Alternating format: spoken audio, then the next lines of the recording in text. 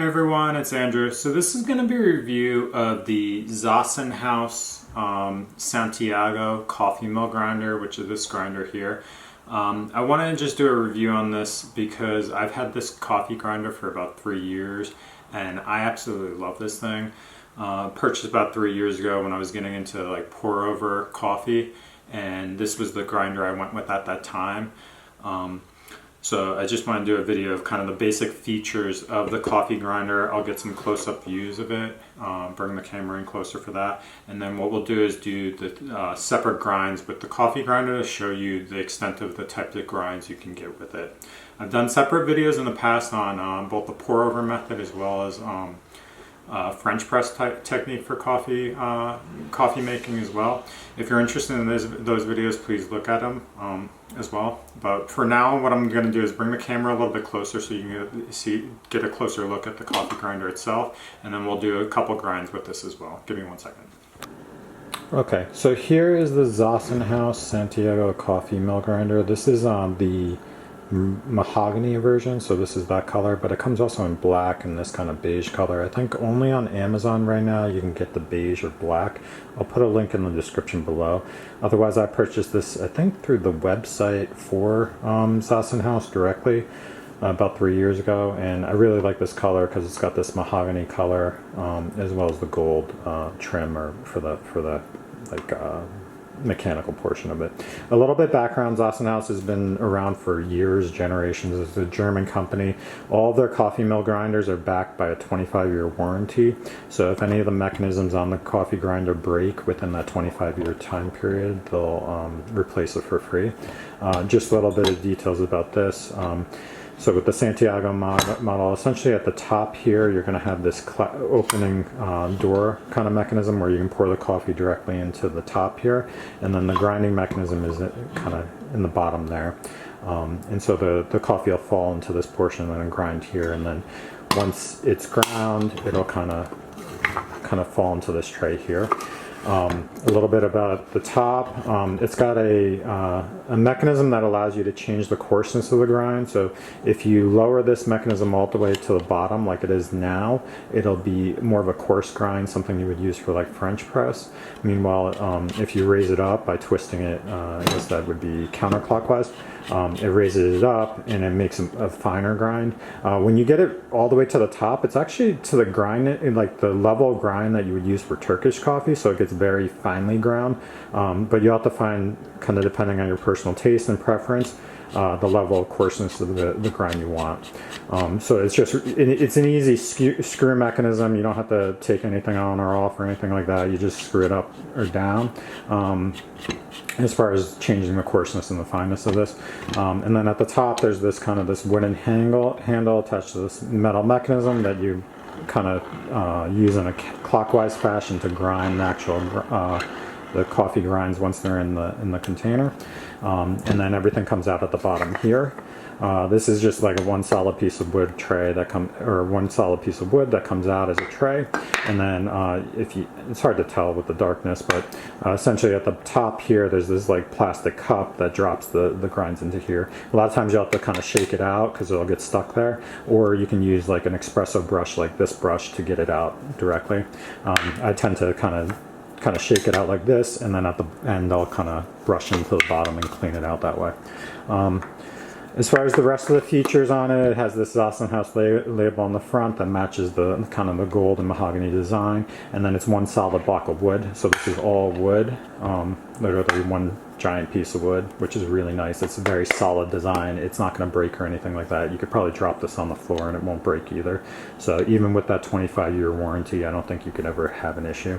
I think the biggest problem would be if the grinding mechanism itself either broke for some reason, where this clasp mechanism broke, or the grinding mechanism became dull for some reason.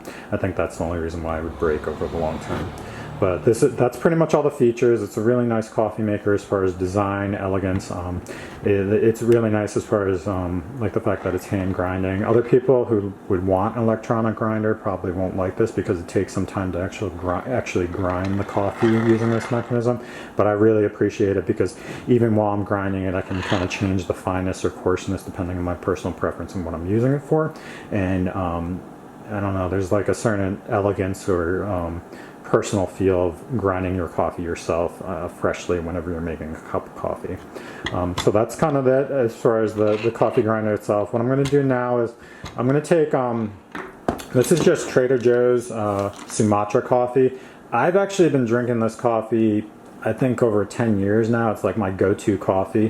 Whenever you go to a Trader Joe's, they usually have this. It's about like $7. Hasn't changed in price in all those years, and it comes in like full grind, full beans. There's like a kind of airtight seal on the top when you first get it, but this is my go-to coffee whenever I'm drinking coffee. It's cheap, affordable, and it's a really nice blend. Doesn't make me, at least, edgy from caffeine. What I'm going to do is essentially use the coffee grinder with different coarseness. Start out like the least coarse, and then what we'll do is do like a one turn of the coarseness to show you the different level of grind that you get with this, and we'll just do one scoop at a time. So right now it's currently set up so that the coffee grinder is at the bottom. We'll take one scoop of this, add it in, and then grind it. For this video specifically, I'm not gonna fast forward anything as far as when I'm grinding it. The purpose of that is just to get you guys as a viewer to understand how long it typically takes to grind the coffee depending on the coarseness or fineness, because that's good to know, just because some of you might not want to kind of wait that long if it takes too long. But in general, when it's more coarse, it grinds very quickly, but when it's more fine, it takes a much longer time. So you'll see as this video goes that as I make it more fine when I'm grinding, it'll take longer to do, just because the fineness of it. But that's a nice feature, but it's drawback if it takes too long. But if you're interested in just fast forwarding as you do that, just click to the next segment. I'll try to do like different chapters so you can kind of skip ahead if you really want to while I'm grinding it. So this is the lowest setting. I'll just grind this right now.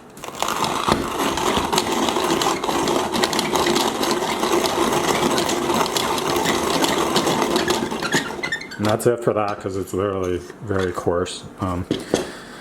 So if you can tell, sorry, my camera sometimes autofocuses a little bit, but that's a very coarse grind right there. All right, and then what we'll do is just put this on the table here.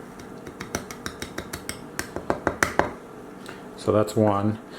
Now what we're going to do is just twist this counterclockwise about 360 degrees, and then we're going to put another scoop in.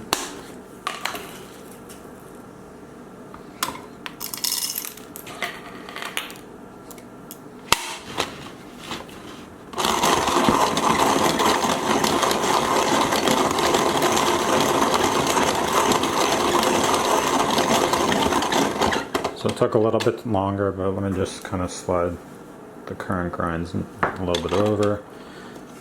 Now, there's not too much a difference. It's kind of subtle, but hopefully you can see it on the camera there. All right, and then we'll put this right next to this.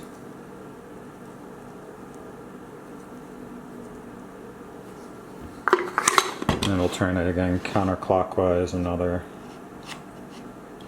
360 degrees.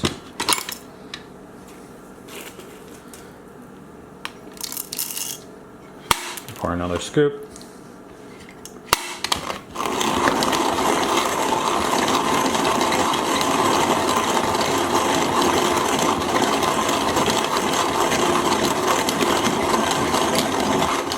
As you can tell, it takes a little bit longer each time. And so that's kind of like 2 whole turns from the bottom. So definitely more fine compared to the prior one. So I'll put that over here.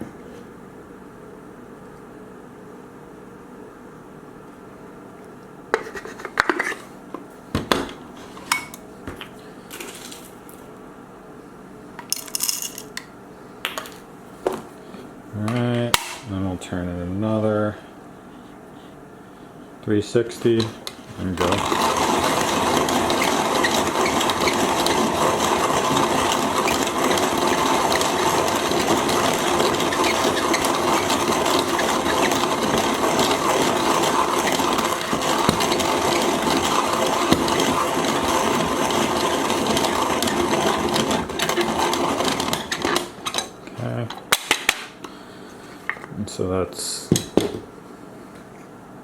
like 4 turns from the bottom. As you can tell, you're starting to get much more fine compared to where we started. It'll be nice to see the side-by-side comparison at the end. That's when you'll see a big difference. Okay.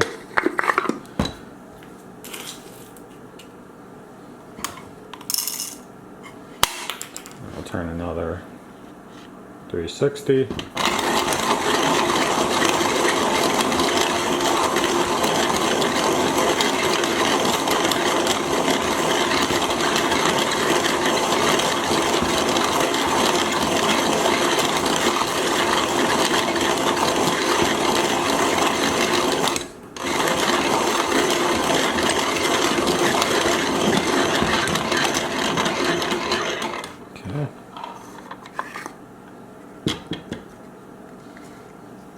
Again, let me just have the camera focus.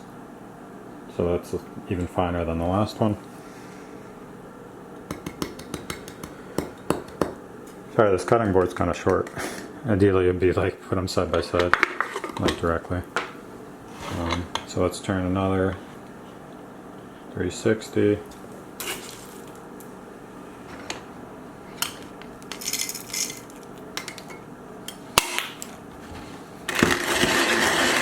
Even the sound's different. Like, we're almost at the top. I'll see if we can get one more out of this.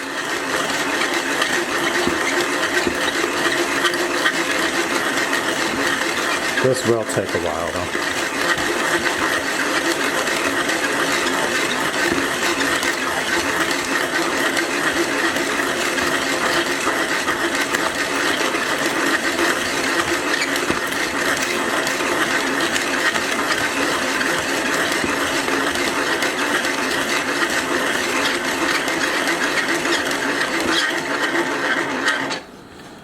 Okay.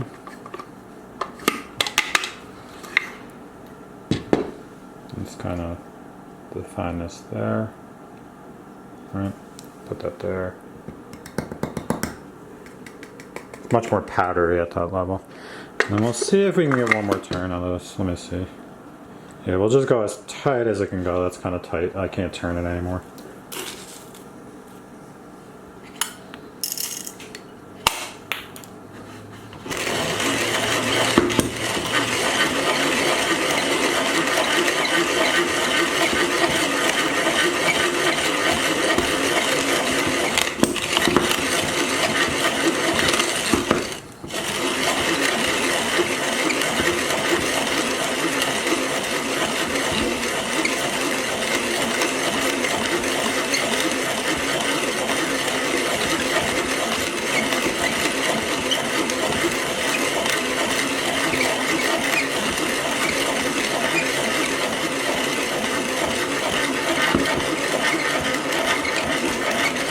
I think it might be empty. Almost.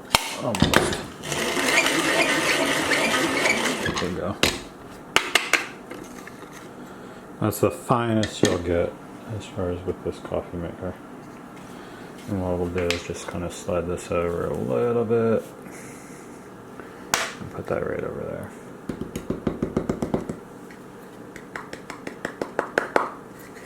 Okay. Alright, so what I'm gonna try to do is zoom in the camera. Bear with me. And so you can see kind of like a side-by-side comparison. Bear with this because a lot of times the camera will out of focus on this.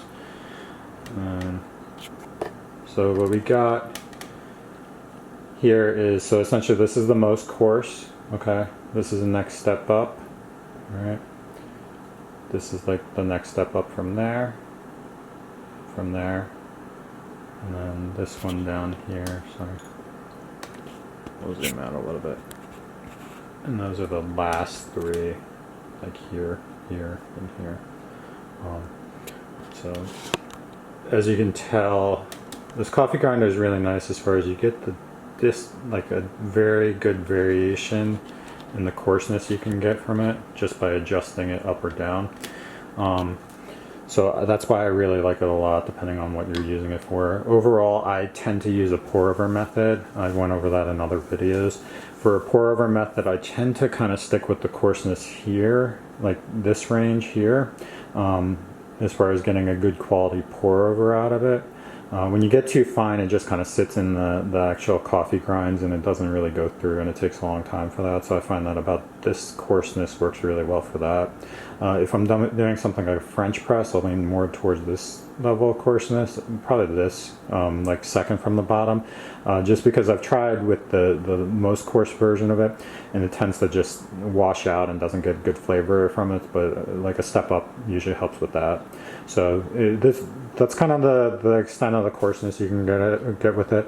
I think that's really everything I can say about this coffee grinder. One thing is, like, if I'm doing sorry, let me loosen it. If I'm doing a pour over coffee, I've gone over this in other videos, but usually I do fill this up once and then do about 2 scoops extra, which puts it about 5 to 6 scoops total, and I grind that entirely. So if you kind of pick in the middle of the range where it's like this much, this was 1 scoop, so if you take that time period it took me to grind that 1 scoop, if you multiply that by about 5, that gives you the total time it takes to grind with this coffee grinder. In general, it does take a little bit longer than like a hand grinder or a mechanical grinder or electric grinder, but I really like this coffee grinder a lot, which is why I'm doing this video. You can get it on the Zassenhaus website. I'll put some links on Amazon as well. If you have any questions or comments about it, I'd be happy to answer, but I think it's a great coffee grinder. I recommend it to anybody else interested in something like this, and please like and subscribe my videos. Thanks for watching. Appreciate it. Bye.